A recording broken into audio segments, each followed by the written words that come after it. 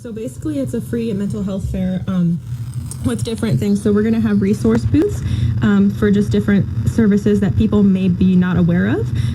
We're trying to focus on just education, more awareness of mental health itself. So we'll have different activities there.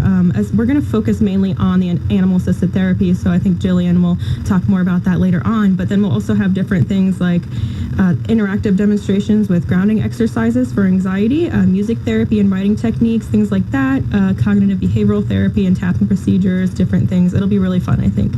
So it seems like the response you've gotten via Facebook has been really, really great. And you are literally going to be painting on pigs, real pigs. Yes.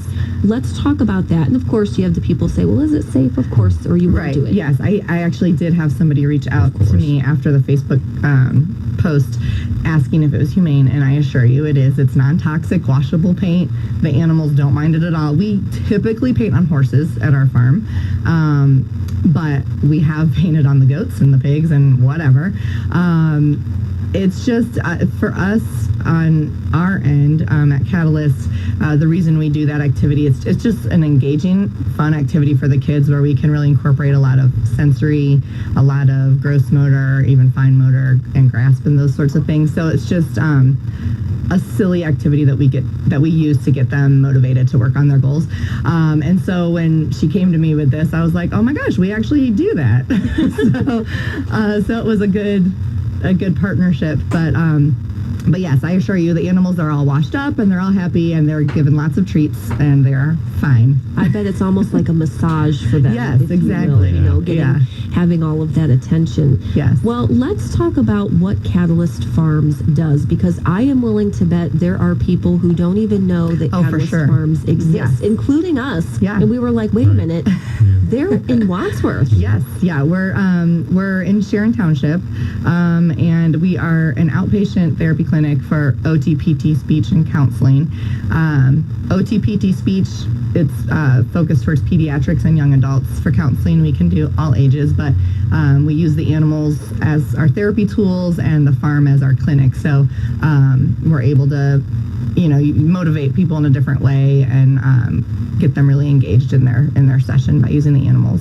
And I would think that with some of the that being in that environment with the animals, they I don't know, they're just more relaxed, and yes. they forget about I don't want to say their problems, but they forget about, sometimes if it's a speech problem, they're trying to think through it, and all that just makes it so much more, they forget about trying too hard, like with the speech thing, and it just becomes, hey, wait a minute, Right.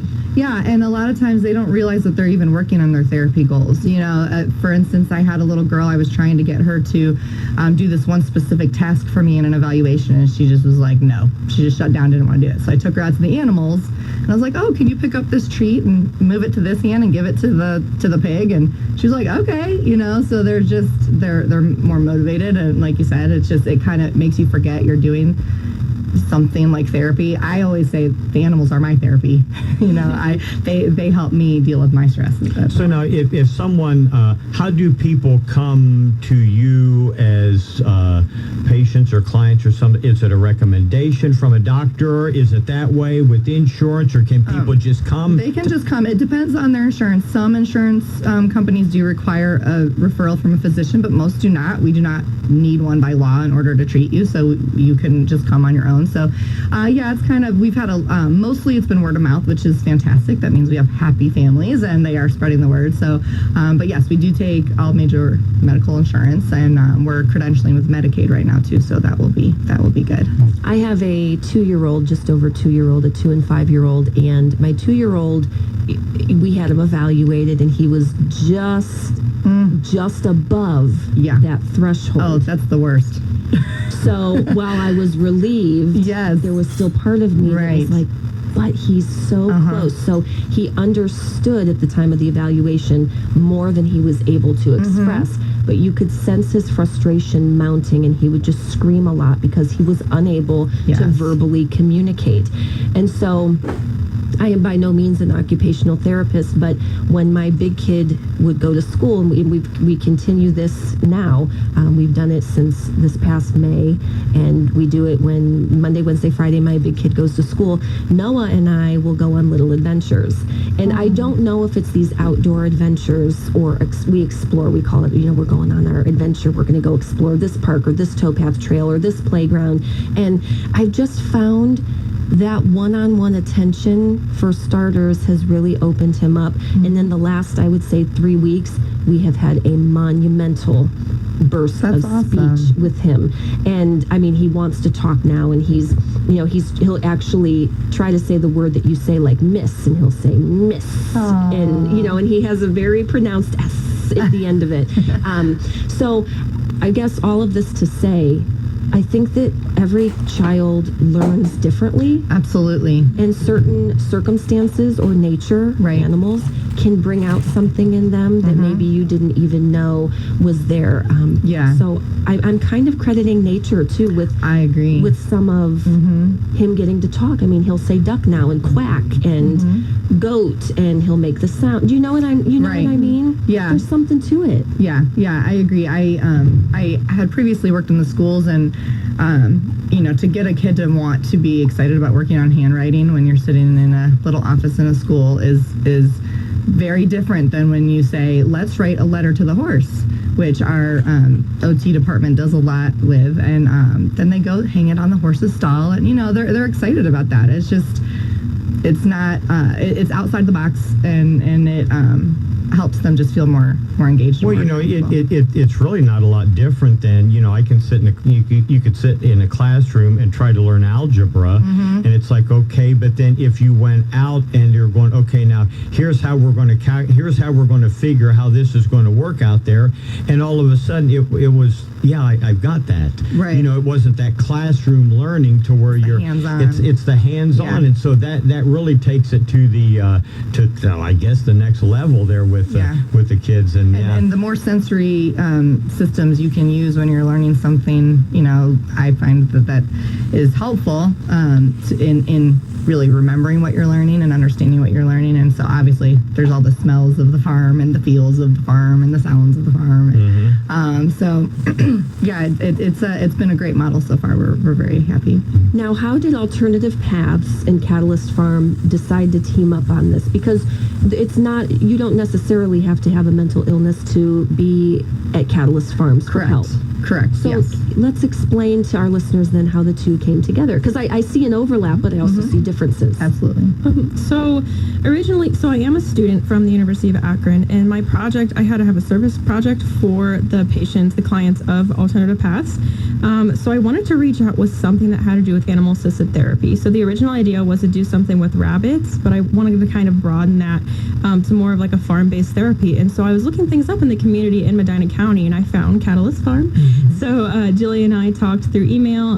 We kind of got it going and started different ideas, and then so that was basically how it all started. So then I went to the farm, and we kind of planned things out and mapped out where everything would be, and she showed me around, and she was very kind to do so. So that's kind of how we came together and made everything up. So it was destined. I love it.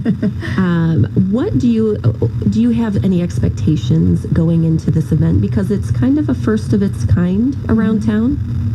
My hope is, I'm always about decreasing the stigma of mental health issues.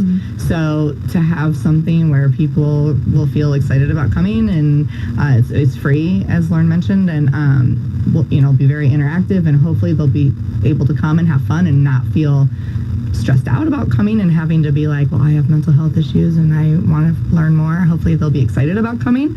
And I just hope that people find the right match for them, with the different booths that we'll have and the different agencies that will be there. Not everything is the right fit for everyone. So hopefully it'll be a nice one-stop shop to find out what is available to them, and they can find something that clicks. I love it. Okay, let's do all of the date, location, time of the event and the details, and then where people can find more information if they're not able to write all of this down as they're listening. Yeah. The date is October 13th, and it's 11 a.m. to 3 p.m. And rain or shine, because we have a very large barn that we can move all of the activities indoors if we need to. So that's not a concern. And there will be food, right? And there's a Facebook group or Facebook event. I don't know. I'm about to turn 40. I don't understand these things. So Facebook events page called Painting with Pigs, where you can find information too. See, now I will say, Tina was saying when she first saw the painting with pigs, she was thinking like ketchup on bacon. That's not what it is. That's not what it was.